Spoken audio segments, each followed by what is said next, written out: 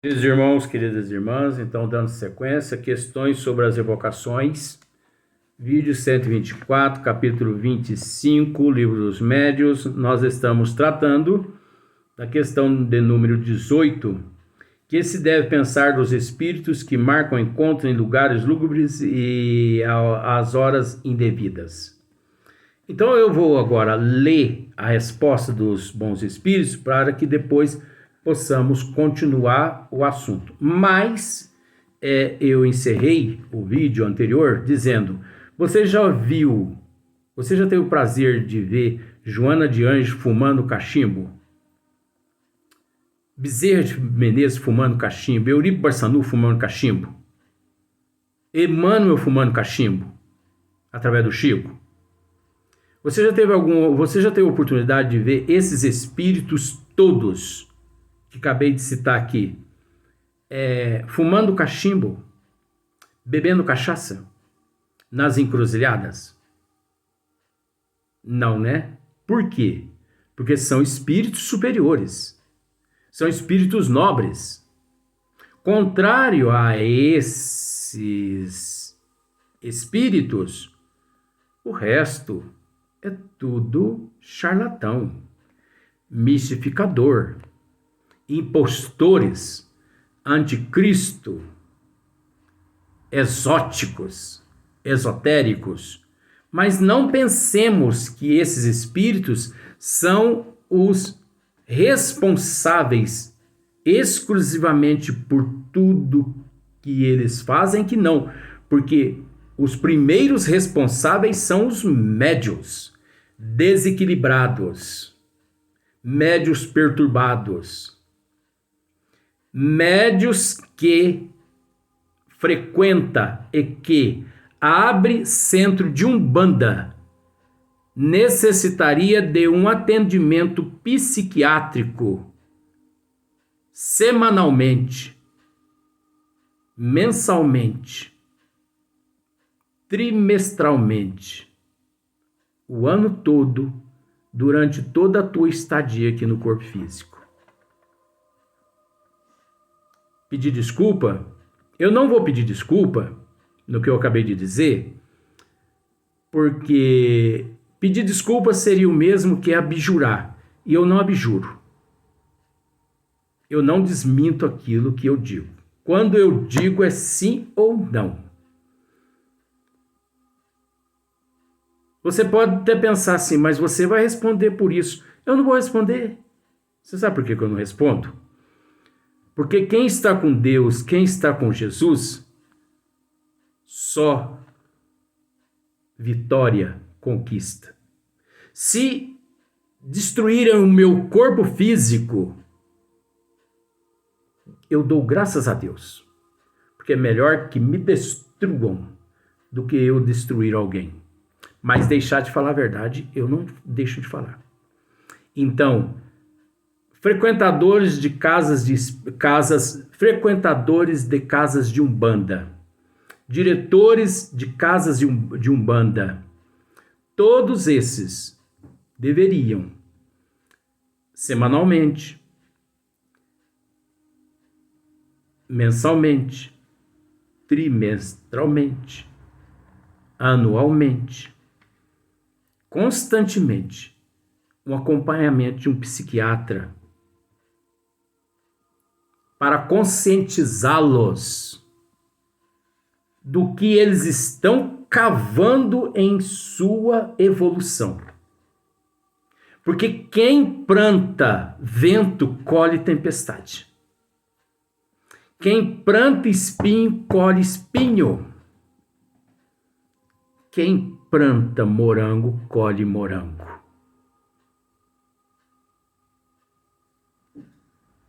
Isso, o que eu estou dizendo aqui no esmiuçamento, pode até desagradar algumas pessoas.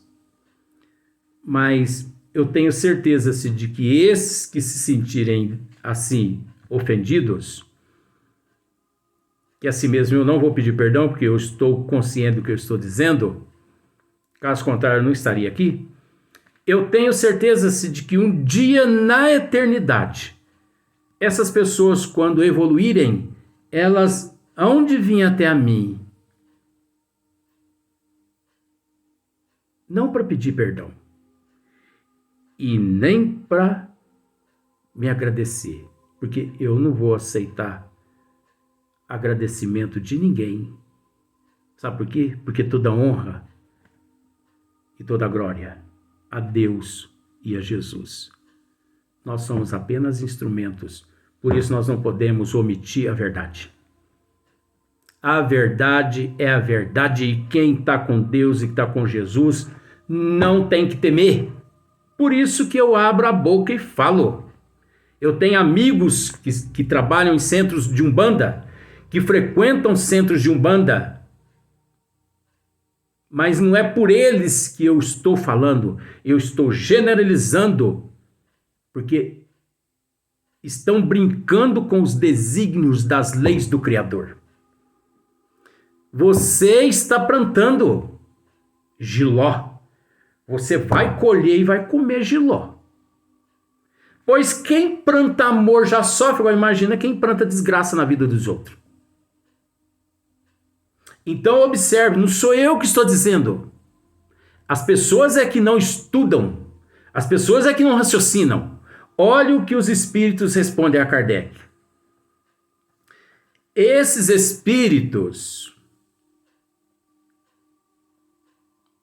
se divertem à custa dos que lhes dão ouvidos.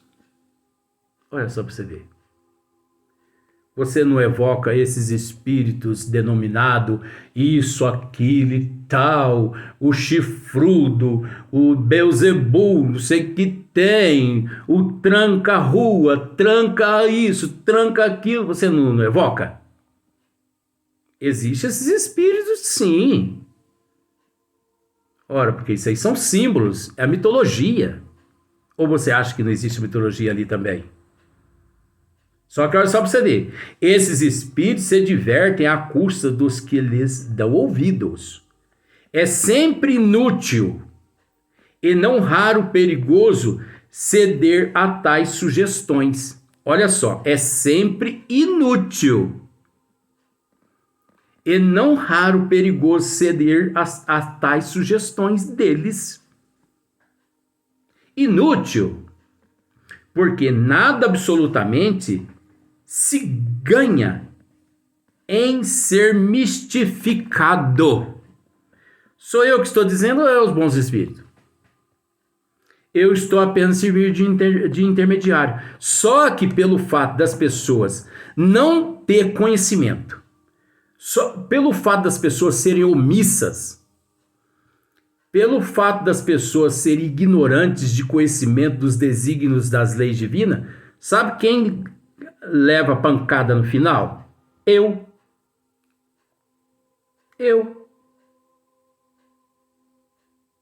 Porque é lógico, as pessoas não estudam. Então acha que eu sou bocudo. Acha que eu estou falando mal de uma seita. Eu não estou falando mal de seita. Nós estamos tentando mostrar que aquele comportamento não ajuda em nada e se prejudica muito mais ambas as partes. Olha só, perigoso não pelo mal que possam fazer os espíritos, mas pela influência que isso pode ter sobre cérebros fracos. Tá vendo só? Quantas pessoas que, através do fanatismo, se desestruturam de uma tal forma pelo fato do fanatismo que depois ela necessita de um atendimento de psiquiátrico e quase sempre essas pessoas terminam nos hospitais psiquiátricos. E devemos dar graças a Deus por estas instituições que acolhem estas pessoas necessitadas. E devemos dar graças a Deus por esses profissionais que Deus os enviou à terra para assistir a todos nós. E se não existissem esses profissionais? E se não existissem essas instituições para abrigar os necessitados fanáticos, obcecados, possuídos? Porque a situação acontece da seguinte forma: eu sou o espírito das trevas, vamos pensar assim, eu sou o espírito das trevas que você evoca. Você me evoca e me diz assim: eu quero acabar com a vida do Bernardino. Ah, você quer acabar com a vida do Bernardino? Sim. Pois bem. Só que eu quero em troca algo, né? Você vai ter que fazer uma oferenda. Só que não é aqui, na encruzilhada, na sexta-feira, à meia-noite. Tem uns que recorrem até a sexta-feira 13. Não tem nada a ver o número. O número é mais um número aqui na Terra. Mas tudo bem. Então, na sexta-feira, meia-noite, vocês vão ter que estar lá com as oferendas. Eu prometo que acabo com a vida do Bernardino. Tudo bem. Tudo bem. Só que a partir do momento que você evoca aqueles espíritos e que você se compromete em levar lá na encruzilhada aquelas oferendas, cria-se um elo entre você e aqueles espíritos das trevas, que depois que ele realiza aquilo que você pediu, é óbvio que o Bernardino, por algum motivo, vai estar rezando, coitadinho, né? Vai estar indo à missa, tá, né? Senta, levanta, levanta, senta, senta, levanta, levanta, senta. Mas resolve. As energias das trevas não pegam o Bernardino de cheio. Aí você volta à casa espírita e pega, me evoca de novo. Mas não resolveu nada, porque o Bernardino continua vivo. Você não matou o Bernardino para mim? Não, mas é que eu preciso de mais oferenda. Então você observa que vai criando-se um elo. Você tem que levar mais isso, isso, isso na encruzilhada. Tudo bem. Você leva. Só que eu vou te pedindo tanta coisa que daí a pouco você não consegue suprir as minhas necessidades de espírito pobre. E você pega, abandona aquele trabalho. Você abandona aquele centro. Só que você abandona, mas eu não te abandono. Onde você for, eu vou atrás de você. Você está entendendo que é uma história? Para você entender como que esses espíritos agem. Você abandona o centro, você abandona o caso. Mas o espírito não te abandona. Onde você vai, ele vai atrás. Aí ele começa a te perturbar. Ele começa a te perturbar de uma tal forma que você entra em pânico, síndromes daqui, síndromes dali. A tua vida vai de mal a pior. Não é que aquele espírito está te levando para trás. Acontece que você perde a coordenação da tua vida de uma tal forma disciplinar que você deixa de cumprir com as obrigações do dia a dia. Você deixa de cumprir com os teus deveres, com os teus compromissos. Então, se 2 empresários lá na tua empresa te esperam até as 10 da manhã e você só chega às 3 da tarde... por causa de perturbações, os empresários vão embora. Você entende que você vai perder 2 empresários que foi na tua empresa para comprar os teus produtos? Aí a tua empresa vai à falência. Aí você vai culpar os espíritos das trevas, você tem que culpar você mesmo que criou-se um pacto com aqueles espíritos. Então, o melhor pacto que nós devemos fazer é com Deus, é com Jesus, é com nossa Mãe Maria Santíssima.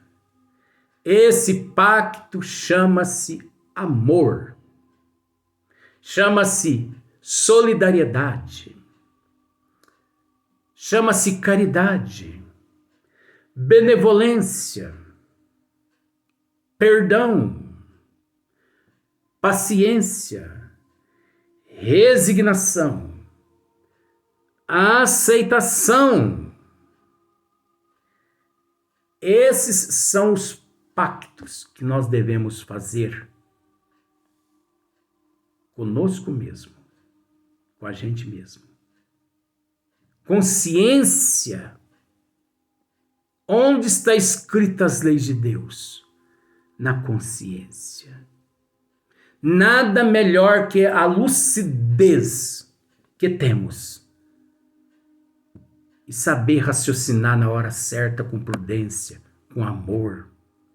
O mal é o amor que se deturpou e que encontra-se deturpado por algum instante, por algum período, por alguns anos, por alguns milênios.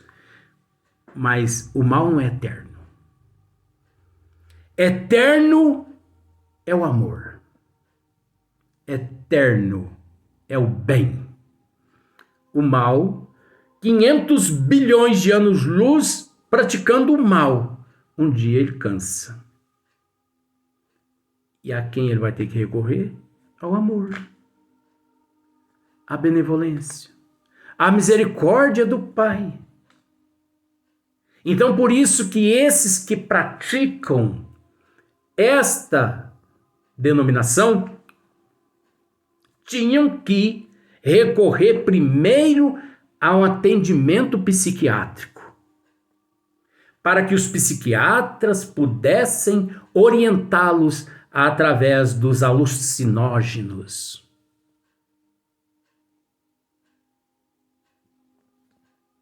Para que os psiquiatras pudessem orientá-los através da psicologia. Não fazer a outrem ao que não gostaria que lhe fosse feito.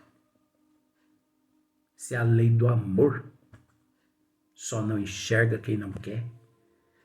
Podem pensar as pessoas mal que quiserem de mim, mas eu não sou omisso. Eu não abjuro. Eu não me calo.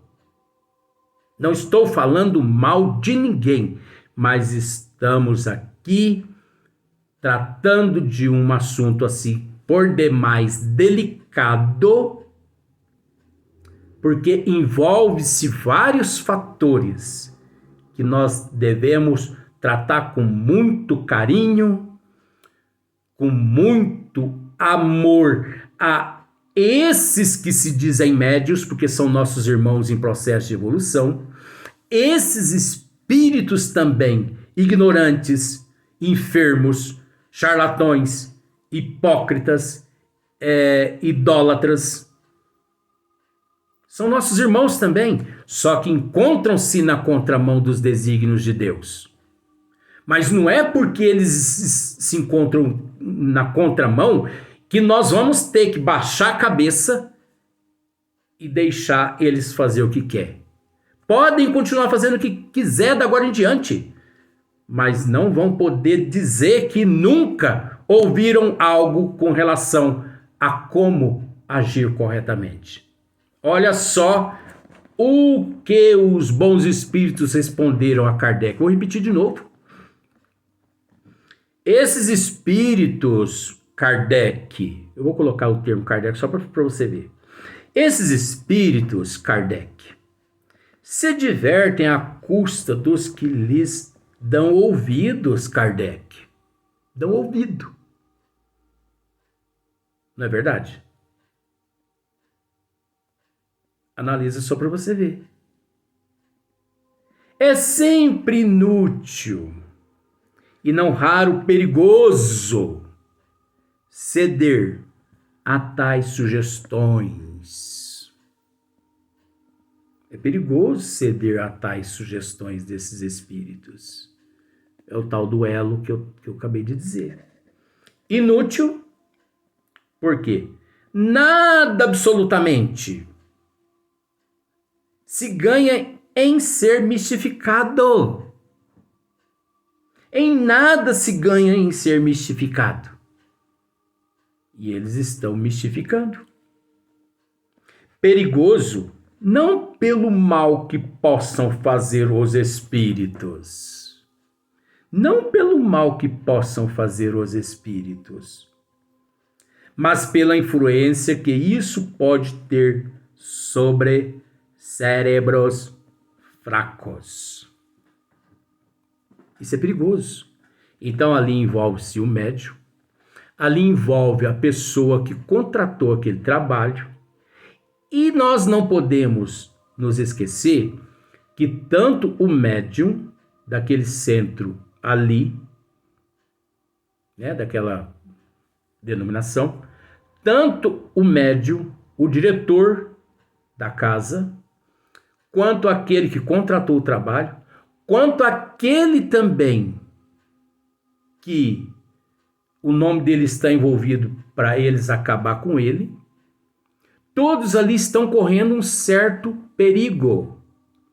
Porque, preste atenção num item, se os espíritos vão até aquela pessoa que foi dada ali aos espíritos para acabar com ela, se eles chegam lá e encontram aquela pessoa desestruturada e eles levam aquela pessoa ao suicídio. Olha só outro item. Sabe o que acontece? Aquela pessoa que cometeu o suicídio por conta daqueles espíritos das trevas e por conta daquela pessoa que contratou e por conta daquele presidente daquele centro de Umbanda, todos esses se tornam, perante a contabilidade divina, responsáveis pelo suicídio que eles levaram aquele outro a cometer. Nós somos responsáveis a partir de então pela desgraça que o outro comete, desde o momento que o influenciamos, o desestruturamos. Olha só para você ver. E além do mais, aquele que morreu, ele morreu fisicamente, mas ele não morreu espiritualmente.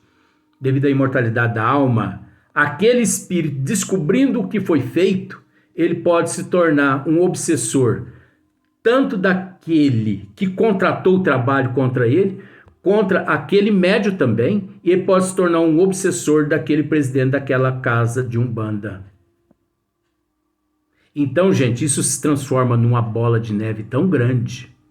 Eu tenho conhecimento de que em São Sebastião do Paraíso havia uma pessoa que era cotado como sendo o melhor feiticeiro de São Sebastião do Paraíso, mas que teve um probleminha aí de saúde e piringou lá o corpo, foi lá para a terra dos pés junto, né? Paletó de madeira. Paletó de madeira é o caixão. Pé junto é porque fica o defunto fica junto ali os pés. Mas desde o momento que ele fechou os olhos no corpo físico e que ele abriu os olhos no plano espiritual, eu tenho conhecimento disso porque já assisti essas situações, tudo dele já nos departamentos espirituais.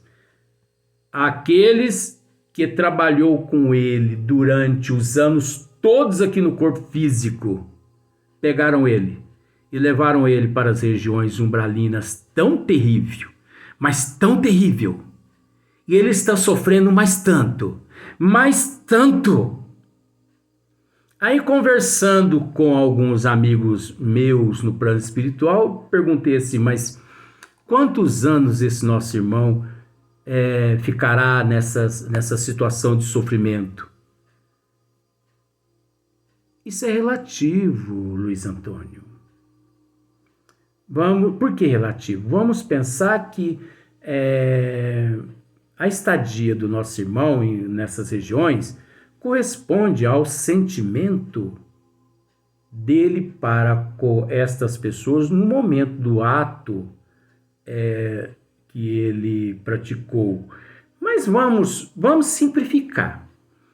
Seria o equivalente de 15 a 20 anos a cada pessoa que ele serviu de instrumento para que as trevas prejudicasse. Eu falei, o quê?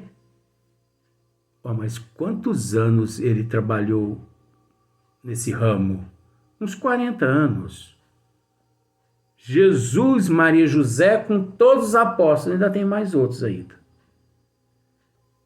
Mas me diga, números.